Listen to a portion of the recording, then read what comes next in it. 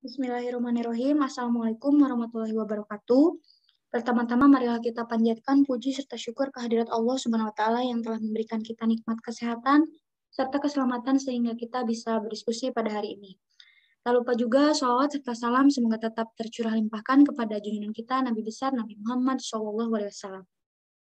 Kepada dosen pengampu mata kuliah anti korupsi Bapak Saryomo yang saya hormati dan kepada teman-teman semua yang saya cintai dan saya banggakan.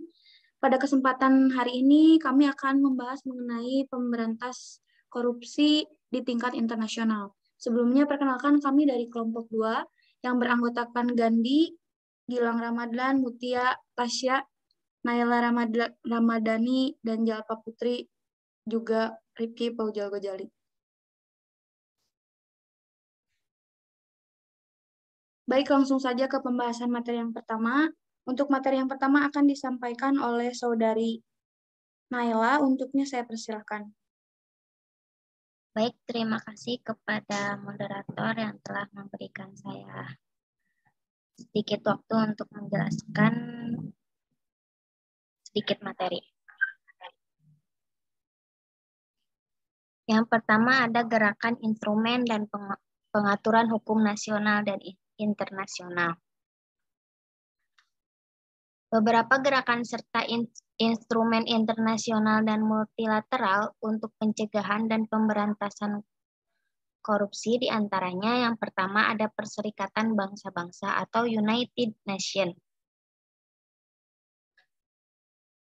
United Nations pada Kongres PBB ke-10 tentang pencegahan kejahatan dan kelakuan terhadap penjahat atau sering disebut United Nations Congress on Prevention on Crime and Treatment of Offenders di Vienna atau Austria pada tahun 2000.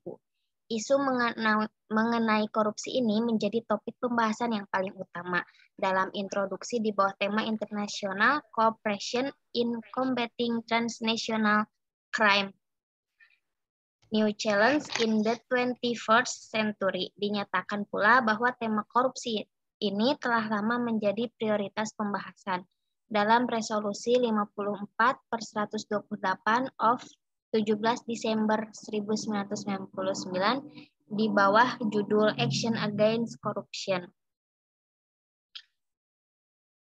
Nah, korupsi tingkat atas ini sering dikendalikan oleh jaringan tersembunyi dan mewakili jumlah berbagai tingkat dan jenis perilaku tidak teratur, termasuk penyalahgunaan kekuasaan, konflik kepentingan, pemerasan, nepotisme, kesukuan, penipuan, dan korupsi. Ini adalah jenis korupsi yang paling berbahaya dan menyebabkan kerusakan paling serius pada negara atau negara-negara yang terlibat. Di negara-negara berkembang, korupsi semacam ini dapat merusak pengembangan ekonomi melalui sejumlah faktor terkait penyalahgunaan atau pemborosan bantuan internasional, proyek pembangunan yang belum selesai, penemuan dan pengganti politisi korup yang menyebabkan ketidakstabilan politik dan standar hidup tetap di bawah potensi negara.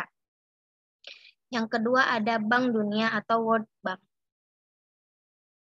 World Bank ini cukup aktif dalam gerakan anti korupsi di tingkat internasional, misalnya mengembangkan Anti-Corruption Corps program yang bertujuan untuk menanamkan awareness mengenai korupsi dan pelibatan masyarakat sipil untuk pemberantasan korupsi, termasuk menyediakan sarana bagi negara-negara berkembang untuk mengembangkan rencana aksi nasional untuk memberantas korupsi. Masyarakat internasional menganggap bahwa top level corruption adalah tipe korupsi yang paling berbahaya karena dapat membuat kerusakan dalam suatu negara.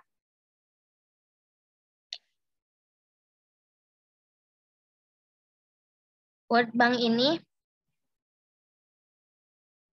merupakan kerusakan besar dalam suatu negara dapat terjadi karena tipe korupsi ini. Ia tersembunyi dalam suatu network atau jejaring yang tidak terlihat secara kasat mata, yang meliputi penyalahgunaan kekuasaan, konflik kepentingan, pemerasan, nepotisme, tribalisme, penipuan, dan korupsi. Tipe korupsi ini yang demikian sangat mempengaruhi perkembangan ekonomi suatu negara, terutama negara berkembang. Yang selanjutnya ada OECD atau Organisasi untuk Kerjasama dan Pengembangan Ekonomi. Pada tanggal 21 November 1997 telah mengadopsi Convention on Combating Bribery of Foreign Public Officials in International Business Transaction. Yang selanjutnya ada masyarakat Uni Eropa diadopsi oleh The Committee of Ministers of the Council of Europa pada 27 Januari 1999 dan di Civil Law Convention on Corruption yang diadopsi oleh The Committee of Ministers of the Council of Europa pada 4 November 1999. Yang kelima ada Inter-American Convention Against Corruption yang diadopsi oleh The Organization of American States pada tanggal 29 Maret 1996.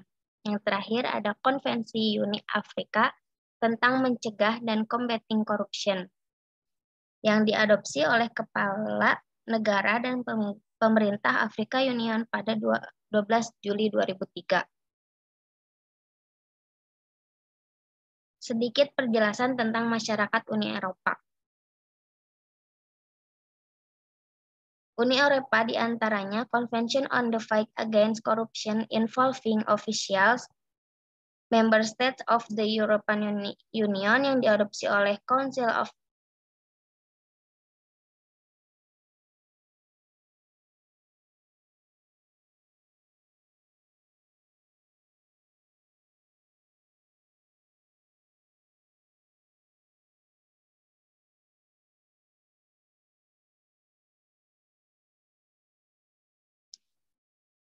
maaf, barusan ada sedikit kendala. The Civil Law Convention on Corruption yang diadopsi oleh The Committee of Ministers of the Council of Europe pada 4 November 1999. Baik, terima kasih. Saya kembalikan kepada moderator. Baik, terima kasih kepada Saudari Naila yang telah menyampaikan materinya. Untuk materi yang selanjutnya akan dibahas oleh Saudara Gandhi. Untuknya saya persilahkan.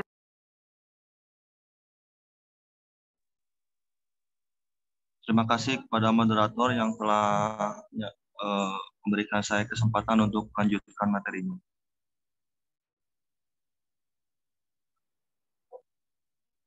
PT-nya teh.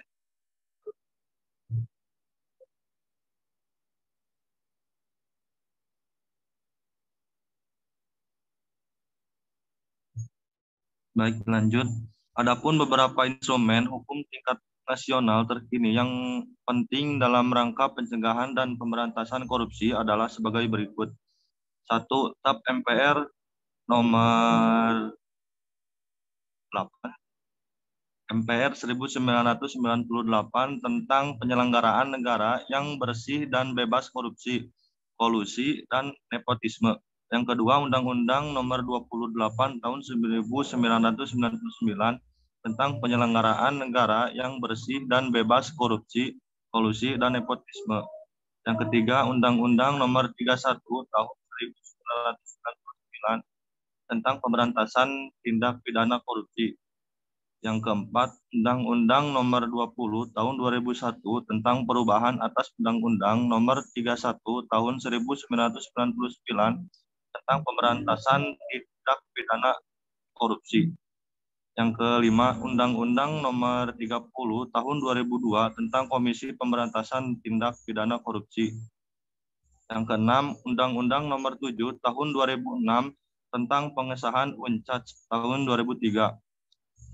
Yang ketujuh, Undang-Undang Nomor 1 Tahun 2006 tentang bantuan timbal balik dalam permasalahan pidana. Yang kedelapan, Undang-Undang Nomor 8 Tahun 2010 tentang pencegahan dan pemberantasan tindak pidana pencucian uang. Yang kesembilan, Peraturan Pemerintahan Nomor 1 Tahun 2000 tentang peran serta masyarakat dan pemberian penghargaan dalam pencegahan dan pemberantasan tindak pidana korupsi. Dan yang terakhir ke-10, Instruksi Presiden nomor 5 tahun 2004 tentang percepatan pemberantasan korupsi, Kitab Undang-Undang Hukum Pidana, dan lain-lain. Baik, terima kasih. Saya kembalikan lagi kepada moderator. Baik, terima kasih kepada Saudara Gandhi yang telah menyampaikan materinya. Untuk materi yang selanjutnya akan disampaikan oleh Saudari Jalpa. Untuknya saya persilakan. Terima kasih kepada moderator yang telah memberikan kesempatan waktunya untuk saya. Di sini saya akan menjelaskan tentang kerjasama internasional oleh Komisi Pemberantasan Korupsi. Dibagi menjadi dua bentuk kerjasama internasional, yaitu international asistensi dan international operation. Yang dilakukan oleh KPK adalah sebagai berikut.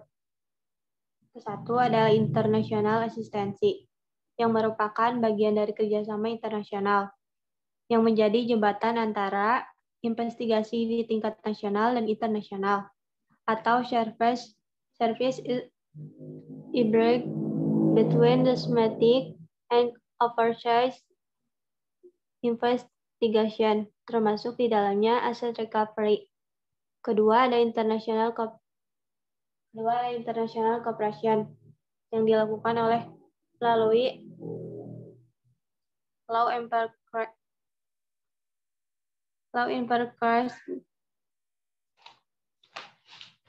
di network di seluruh dunia, baik sebagai negara pemohon atau termohon bantuan. KPK telah memiliki pengalaman dan network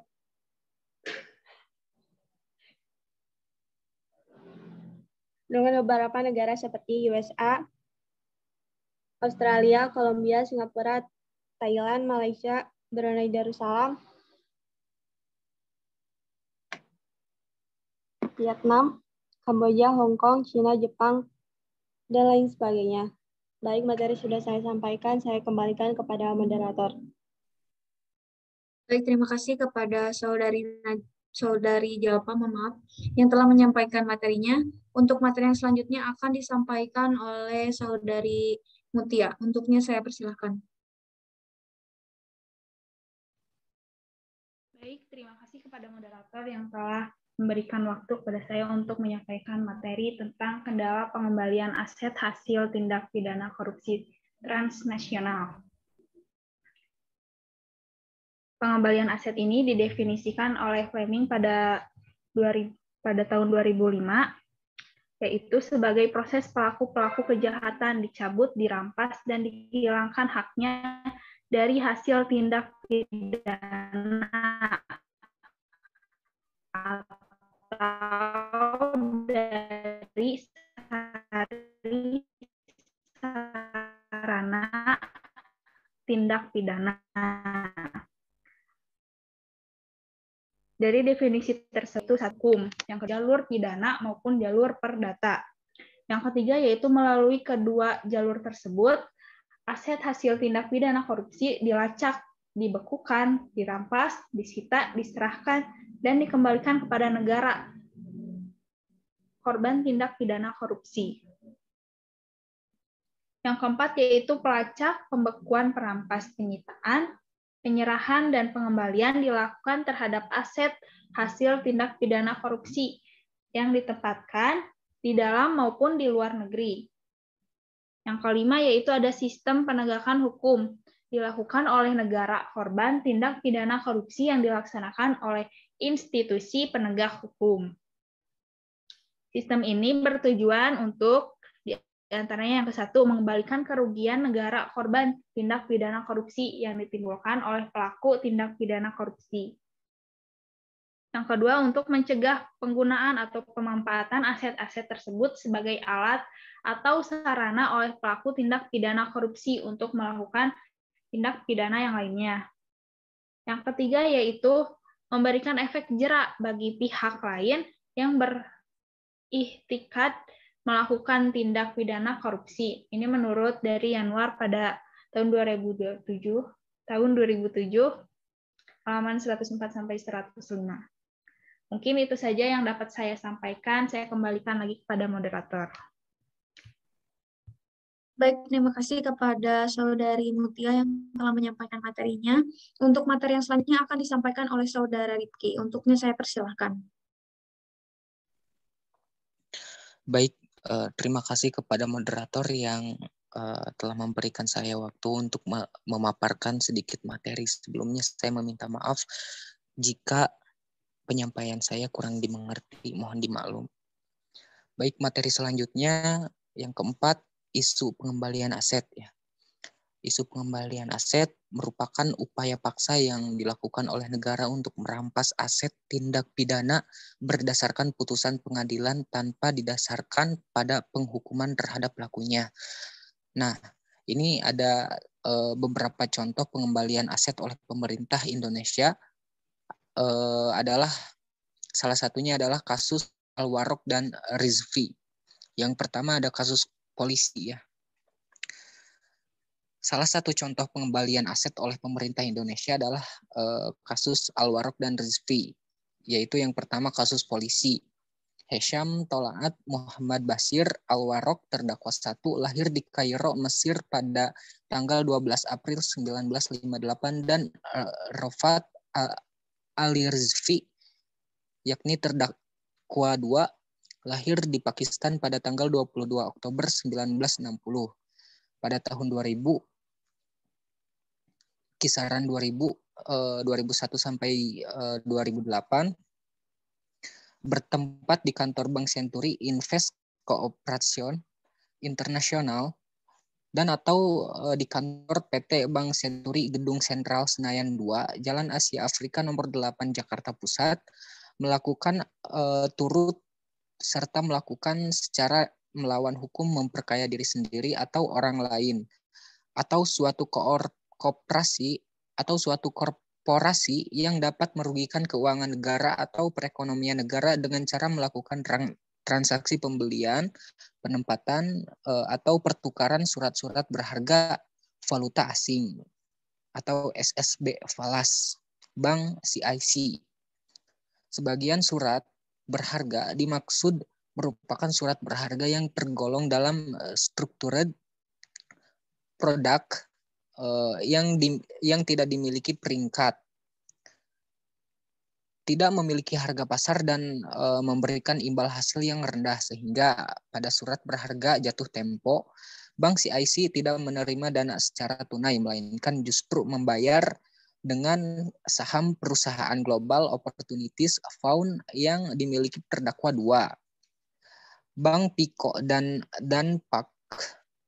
PEC juga mengalami permasalahan pembelian atau pertukaran surat-surat berharga, sehingga pada tanggal 16 Desember 2004 dilakukan merger atas ketiga bank tersebut yang berganti nama menjadi PT Bank Senturi. SSB falas yang berkualitas buruk yang sebelumnya berasal dari Bank CIC berlanjut menjadi beban Bank Senturi yang mengakibatkan kondisi keuangan Bank Senturi memburuk dan dikategorikan tidak sehat atau macet. Terhadap kondisi ini, Bank Indonesia meminta Bank Senturi untuk menjual SSB tersebut dan mewajibkan untuk menambah modal. Pada tanggal 4 Oktober 2005, terdakwa 1 dan terdakwa 2 menandatangani letter of commitment yang pada pokoknya menyatakan kesanggupan bertanggung jawab untuk menyelesaikan permasalahan likuiditas dan untuk menjual SSB falas hingga batas waktu tanggal 31 Desember 2005. Dengan adanya permasalahan ini, maka Bank Indonesia melakukan pemeriksaan atau investigasi terhadap Bank Senturi bahwa pertukaran SSB Bank Senturi telah mengalami kesulitan likuiditas dan solvabilitas. Kondisi keuangan Bank Senturi semakin menurun, ditambah pertimbangan likuiditas dan penurunan permodalan. Maka Bank Indonesia memutuskan memberikan fasilitas pendanaan jangka panjang. Pada tanggal 15 Oktober 2008, terdakwa 1 dan terdakwa 2 menandatangani letter of commitment kepada Bank Indonesia untuk menyelesaikan permasalahan SSB tersebut. Dan yang kedua, dakwaan. Innalillahi.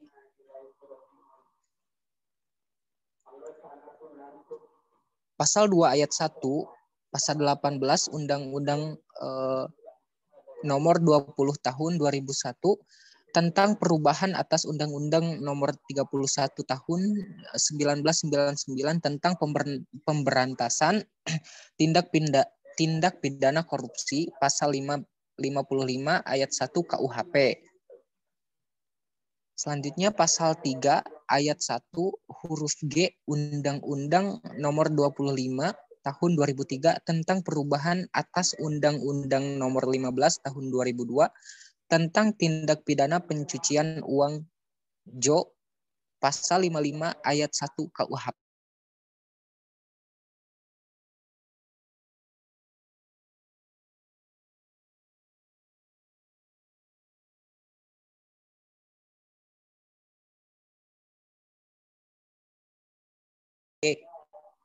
Titik B garis miring 2010 garis miring PNJKT titik PST tanggal 30 November 2010.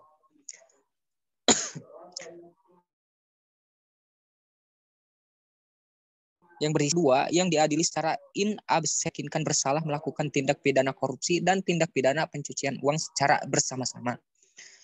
Selanjutnya, menjatuhkan pidana terhadap terdakwa 1 dan terdakwa 2 dengan pidana penjara masing-masing 15 tahun. Selanjutnya, membebankan kepada terdakwa untuk membayar uang pengganti yang dibayar secara tanggung renteng sebesar 3.111.889 rupiah. Baik, saya ulangi. 3.115.889 rupiah. Apabila para terdakwa tidak membayar uang pengganti selama satu bulan, setelah perkara ini mempunyai kekuatan hukum tetap, maka harta bendanya dapat disita oleh jaksa untuk menutupi uang pengganti tersebut, dan apabila para terdakwa tidak mempunyai harta benda yang mencukupi untuk membayar uang pengganti, dipidana dengan pidana penjara selama 5 tahun penjara. Selanjutnya, membebankan kepada para terdakwa untuk membayar biaya perkara masing-masing sebesar Rp10.000. Aset Bank Senturi diketahui berada di 14 negara, yaitu Inggris, Swiss, Singapura, Hong Kong, Bahama, Bahrain, Guernsey, New Jersey, Australia, Luxembourg, Mauritius, Kuba, Saudi Arabia, dan Uni Emirat Arab. Aset Bank Senturi yang tersebar di 14 negara tersebut hanya 4 negara yang memberikan respon secara positif, yaitu Inggris, Swiss, Singapura, dan Hong Kong. Selain dalam bentuk tunai, aset tersebut juga dikonversi dalam bentuk akan mencapai 14 triliun rupiah. Dengan perincian di UBS AG, Bank Hong Kong sebesar USD atau dolar 19.250.000 dolar. Standar Chartered Bank sebesar 650 juta dolar dan SGD 14.000, Swiss sebesar 220.000 dolar. British Virgin Islands, Inggris sebesar 872 dolar, Kuba sebesar 14.800 dolar, dan New Jersey sebesar 16.500 dolar. Sumber dari Liputan 6 2013. Nah, pemerintah Indonesia berhasil menyelamatkan aset Bank Senturi di dalam negeri sebesar 295 miliar rupiah, yang sebagian besar aset tersebut berasal dari aset PT Antaboga dengan total aset sebesar 11 triliun rupiah. Dilansir oleh merdeka.com 2014. Tim terpadu pencari terpidana dan tersangka tindak pidana korupsi yang merupakan satuan kerja lintas departemen di bawah koordinasi Wakil Jaksa Agung terdiri dari unsur-unsur Kejaksaan Agung, Kemenko Polhukam, Deputi 3 atau Menko Polhukam, Bidang Hukum dan HAM, Departemen Hukum, dan HAM, Dijen Administrasi Hukum Umum dan Dijen Imigrasi, Kepolisian Negara, Bareskrim dan NCB, Interpol Indonesia, Departemen Luar Negeri, Dirjen Politik Hukum Keamanan dan Kewilayahan, dan unsur PPATK berupaya mengejar aset PT Bank Senturi yang berada di luar negeri. Pengadilan Tinggi Daerah Administratif Khusus Hong Kong telah mengabulkan permohonan pemerintah Indonesia untuk menyita sebagian aset terpidana Rafat Ali Rizvi dan Hesham Al-Warok sebesar 4.076.121 dolar atau sekitar 48 miliar rupiah. Pemerintah Indonesia juga telah berupaya meminta agar pemerintah Swiss membekukan uang atas nama Rafat Ali Rizvi dan Hesham Al-Warok. Pembekuan itu terkendala oleh sistem hukum di negara tersebut. Menurut sistem hukum negara Swiss, aset Bank Senturi bukan merupakan hasil tindak pidana, melainkan masalah administrasi atau kasus perdata. Dikutip dari nasional.kompas.com. Aset Senturi ada di Swiss. Oleh karena itu, pemerintah Indonesia berupaya meminta bantuan pada Bank Dunia dalam upaya membekukan aset Bank Senturi, kini Bank Mutiara, yang ada di Swiss. Ngonzi Okonjo-Iweala selaku Direktur Eksekutif Bank Dunia dan Yuri Fedotov selaku Direktur Eksekutif UNODC menekankan bahwa pengembalian aset perolehan hasil kejahatan merupakan proses yang sulit. Bahkan dalam keadaan yang ideal sekalipun, upaya pengembalian aset merupakan proses kompleks dan multidisiplin. Mariano 2003 halaman 335. Pemerintah Indonesia seharusnya berkata dari keberhasilan pengembalian aset dalam kasus Sani Abacha dan Vladimiro Montesinos. Kasus Abacha dan Montesinos dianggap sukses karena sebagian besar aset hasil tindak pidana korupsi telah berhasil dikembalikan. Kasus Abacha dan Montesinos merupakan salah satu contoh adanya kemauan politik yang kuat dari pemerintah Nigeria dan Peru. Ramelan 2012 halaman 15 sampai 17. Hal ini menunjukkan bahwa bukanlah tidak mungkin untuk melakukan upaya pengembalian aset hasil tindak pidana korupsi. Utama 2013 halaman 9.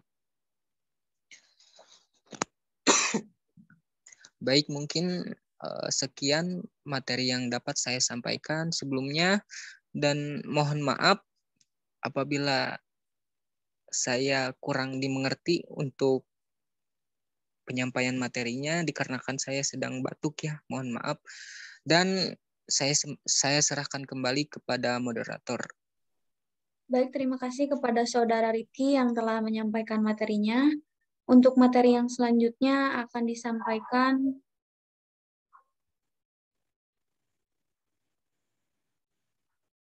oleh saya sendiri mengenai isu tentang kerjasama Interpol Indonesia dengan Malaysia.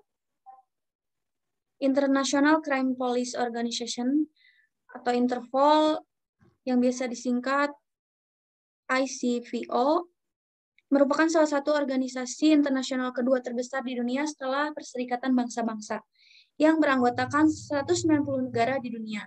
Interpol adalah organisasi kepolisian yang saat ini bermarkas di Lyon, Prancis. Dalam rangka untuk memastikan kerjasama, setiap negara harus menunjuk suatu badan yang berfungsi sebagai Biro Pusat Nasional yang harus menjamin hubungan antara lain dengan berbagai departemen di dalam negeri. Nah, badan di dalam negara lain yang menjabat sebagai Biro Pusat Nasional serta organisasi Sekretariat Jenderal. Nah, dalam memerangi kejahatan internasional dan transnasional, tidak ada satupun negara yang dapat menanggulanginya sendiri tanpa dukungan dari negara lain. Nah, salah satu usaha yang efektif dan efisien untuk mewujudkan hal tersebut adalah terwujudnya suatu wadah kerjasama internasional yang kita kenal dengan NCBI Interpol yang terbesar yang tersebar di 190 negara. Baik, mungkin sekian materi yang dapat saya sampaikan. Untuk materi yang selanjutnya akan disampaikan oleh Saudara Gilang. Untuknya saya persilahkan.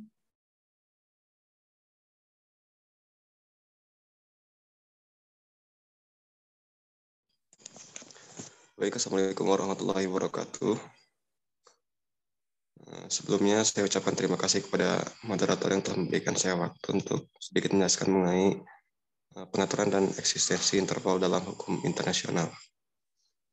Berikut ini ada beberapa paparan mengenai 3 perjanjian penting yang melandasi kerjasama antara Indonesia dengan Malaysia yang terkait dalam memberantas dan menanggulangi kejahatan transnasional.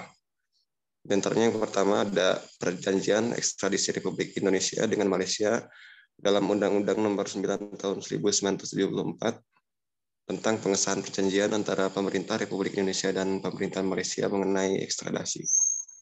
Lalu di dalam isi perjanjian tersebut ada Mutual Legal Assistance in Criminal Matters atau bantuan timbal balik dalam masalah pidana. Dan yang terakhir ada Memorandum of Understanding between the Indonesian National Police and the Royal Malaysia Police on combating ILLICIT trafficking in narcotic, drug, psychotropic substance, precursors, hazardous materials, and enhancement of police cooperation. Mungkin itu saja beberapa perjanjian penting antara kerjasama Indonesia dengan Malaysia yang berkaitan dengan kejahatan transnasional. Mungkin cukup sekian dari saya. Untuk selanjutnya saya kembalikan lagi kepada moderator. Terima kasih. Baik, terima kasih kembali kepada Saudara Gilang yang telah menyampaikan materinya. Baik, mungkin cukup sekian presentasi dari kelompok kami. Kurang lebihnya mohon maaf. Sekian dan terima kasih. Wassalamualaikum warahmatullahi wabarakatuh.